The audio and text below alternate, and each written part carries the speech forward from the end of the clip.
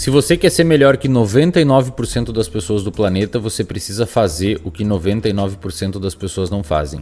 Essa frase parece clichê, de fundo de caminhão, ou da sua avó que posta no Instagram, sua tia que posta no Instagram aquelas fotos com borboletinha dando bom dia e imagens da Clarice Lispector com algumas frases de efeito que muitas vezes nem são dela, mas é uma frase que faz sentido do ponto de vista estatístico. Ao contrário do que você pensa, ser melhor que 99% das pessoas do mundo não é difícil, mas é você que complica. Muitas pessoas vendem para você soluções para isso extremamente complexas e elaboradas, quando na verdade ser melhor que 99% das pessoas no mundo requer apenas alguns passos.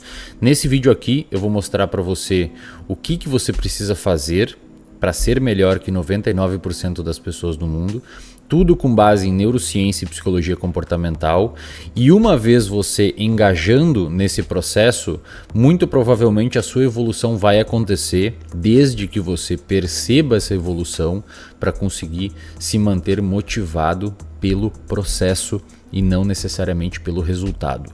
Muitas pessoas entram na academia tentando um shape específico e acabam desmotivando porque depois de 2 dias apenas estão sentindo dores e não estão com o braço daquele atleta que eles tanto admiram.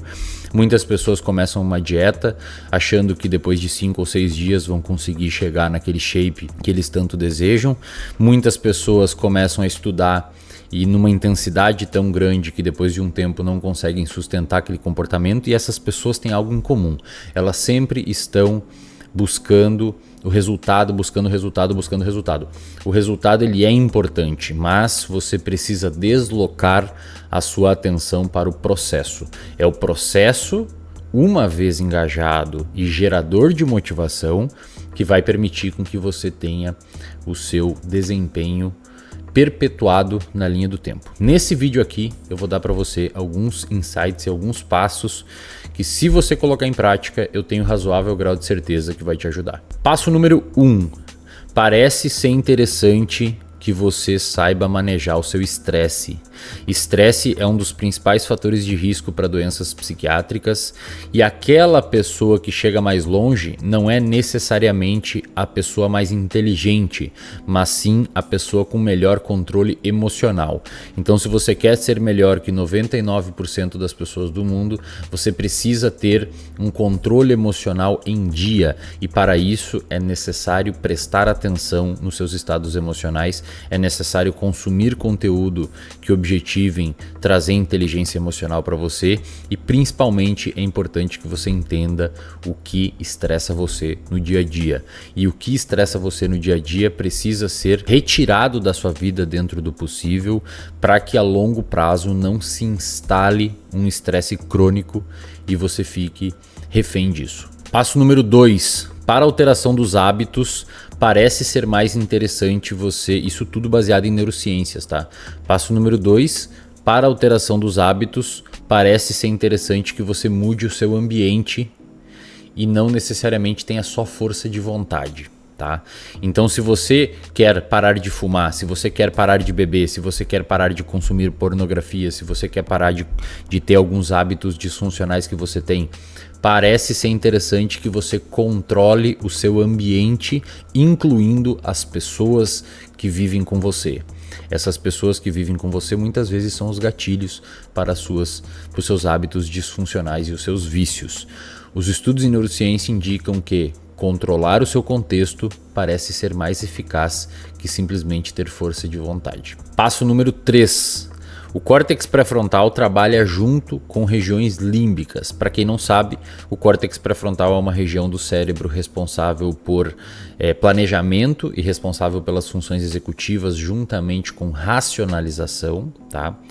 E parece ser interessante que você tenha essa região do cérebro bem desenvolvida.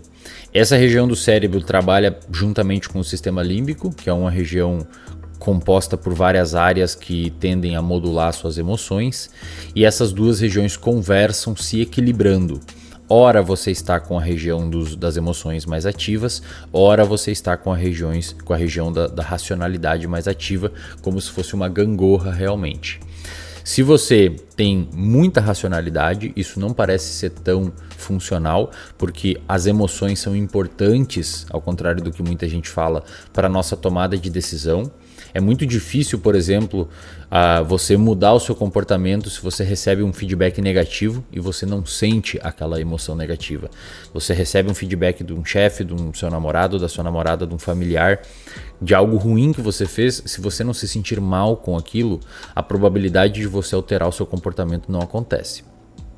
Isso é o que muitas vezes ocorre em casos de psicopatia. Então, emoções são importantes para a tomada de decisão, mas você não pode ser consumido por as suas emoções e é importante que o seu córtex pré-frontal esteja também ativo.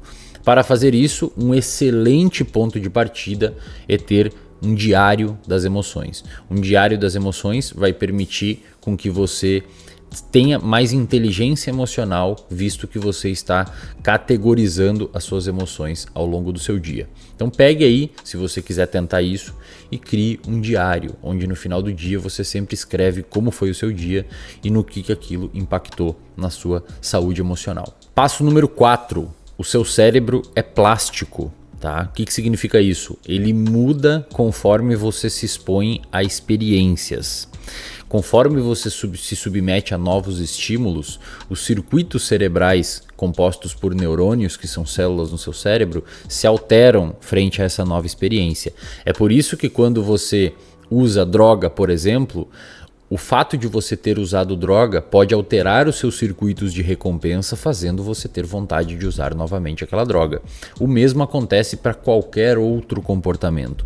Se você vai à academia, dependendo da sua experiência naquele ambiente da academia, pode ser que você tenha uma propensão a voltar ou a não voltar lá.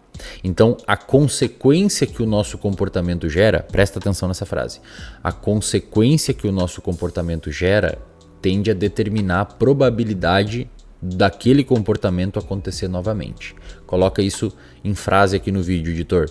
A consequência do seu comportamento aumenta ou reduz a probabilidade daquele comportamento acontecer novamente. Exemplo, você colocou o dedo na tomada e tomou um choque. Você não vai colocar o dedo na tomada de novo.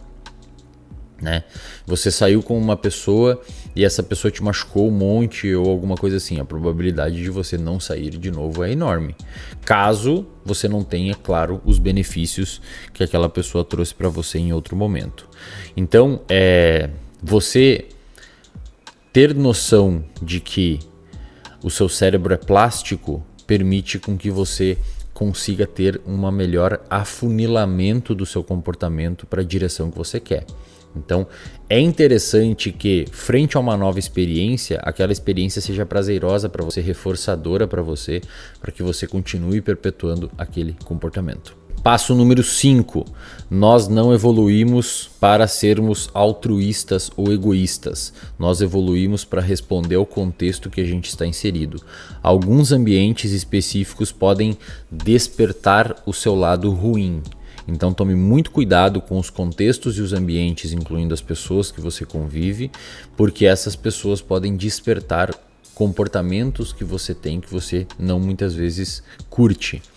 Muitas vezes as pessoas, por viver num ambiente ruim, por viver com pessoas que te levam para um caminho ruim, acabam tendo comportamentos igualmente ruins, já que é o ambiente que modula o nosso comportamento e nós somos a média das pessoas que a gente mais convive. Aí a pessoa começa a se achar ruim, ela começa a se autoavaliar como uma pessoa ruim, ela começa a se autocriticar como uma pessoa ruim, quando na verdade a pessoa apenas está no ambiente errado. Então cuide do seu ambiente e, dentro do possível, viva em ambientes mais adaptativos, incluindo pessoas. Passo número 6. A sua produtividade reduzirá drasticamente se você não dormir bem. Se você não dormir bem, muito provavelmente você ficará menos produtivo, mais impulsivo e mais propenso a ter comportamentos que você não gosta. Tá? As razões disso são inúmeras, mas a principal delas é que o seu cérebro fica sujo, quimicamente falando, quando você não dorme bem. O que é um sono bom? Basicamente de 7 a 9 horas. Para um adulto e um jovem adulto. Para crianças muda um pouquinho, mas para um adulto e jovem adulto, basicamente de 7 a 9 horas, tendo uma boa qualidade, isto é, sem acordar demais durante a noite. Para isso você precisa fazer uma boa higiene do sono, que eu ensino em outros vídeos aqui no canal, lá no meu Instagram que está aqui na tela, e no reservatório de dopamina, que é um plano de assinatura que eu tenho, que o link está aqui embaixo, no primeiro comentário ou na descrição do vídeo. Então, cuide do seu sono, priorize o seu sono, porque ao contrário do que muitas pessoas falam na internet, dormir não é perder tempo. Dormir é investir na qualidade do funcionamento do seu cérebro. É como se você permitisse o motor esfriar um pouco e no outro dia funcionar novamente. Se você não dorme, você acaba tendo uma incapacidade de alcançar o potencial máximo desse motor que a gente chama de cérebro. Passo número 7. Exercício físico não faz bem só para o corpo, ele também faz bem para o cérebro, que é parte do corpo. Diversas pesquisas, e é praticamente um consenso dentro dos estudos em psicologia e neurociência, que o exercício físico de qualquer modalidade, mas os mais estudados são os aeróbicos, mas de qualquer modalidade, ajudam demais no seu controle emocional, na sua autoestima e na sopa química responsável por gerar as emoções em você. Então, se você não tem uma prática regular de atividade física, sugiro fortemente que você priorize isso nas próximas semanas, anos e meses. Passo número 8. Dinheiro é importante. Quem diz que dinheiro não é importante está viajando na maionese. No entanto, até um determinado período, tá? Até uma determinada quantidade. O número para quando o dinheiro para de dar prazer para as pessoas, ele ainda é confuso na literatura, a gente não tem uma clareza muito grande nos estudos, mas o que a gente sabe hoje é que o fenômeno que mais prediz, presta atenção aqui em mim agora, presta atenção em mim, o fenômeno que mais prediz felicidade na vida de uma pessoa, isto é, um comportamento que você tem hoje, que mais garante que você será feliz no futuro, é ter bons relacionamentos. Não são vários relacionamentos, são bons relacionamentos. Ter bons relacionamentos prediz felicidade na idade avançada, na velhice, na idade adulta. Diversos estudos de longitudinais que acompanharam pessoas durante a vida viram que aquelas pessoas que tiveram bons relacionamentos de qualidade, uma boa rede de apoio, tiveram mais chance de ser feliz quando mais velhos. Então, se você não tem bons relacionamentos, dê atenção para esse ponto. Passo número 9 e último. É interessante que durante o dia você seja mais dopaminérgico, você seja mais motivado, você tenha mais sangue nos olhos, você queira correr mais atrás, mas também é importante à noite você aproveitar e curtir as coisas que você conquistou. Esse dia e noite, obviamente, é uma metáfora, pode ser durante a semana e final de semana ou períodos da vida, mas o que eu quero dizer com esse raciocínio é que é muito interessante e muito importante para a sua saúde mental que você tenha picos motivacionais para correr atrás daquilo que você deseja, mas que você também tenha gratidão genuína pelo que você já alcançou. Então, se você busca aquelas laranjas que estão no outro lado do rio, é importante que você tenha fome por buscar essas laranjas, que é motivação, basicamente. Mas quando você consegue as laranjas, é importante que você se sinta agradecido genuinamente por ter alcançado as laranjas. E aqui eu não estou falando de gratidão, gratiluz e não sei o que. É genuinamente você ficar feliz e se sentir recompensado pelo que você alcançou. Como vocês perceberam, não existe nenhum tipo de estratégia mirabolante para você ser melhor que 99% das pessoas. Na verdade, existem apenas indicativos que a gente tem nos estudos em psicologia e neurociência que farão com que você fique acima e à frente de 99% das pessoas. Perceba que em momento algum eu falei que você vai conseguir mais dinheiro, em momento algum eu falei que você vai conseguir ser mais forte, em momento algum eu falei que você vai ter uma casa melhor, em momento algum eu falei que você vai comprar uma Ferrari. Eu apenas estou falando que ser melhor que 99% das pessoas do mundo é simplesmente ter saúde mental para você desempenhar as tarefas que trazem sentido à sua vida. Vocês ficam buscando coisas sem sentido e a vida fica vazia, mesmo muitas vezes com dinheiro.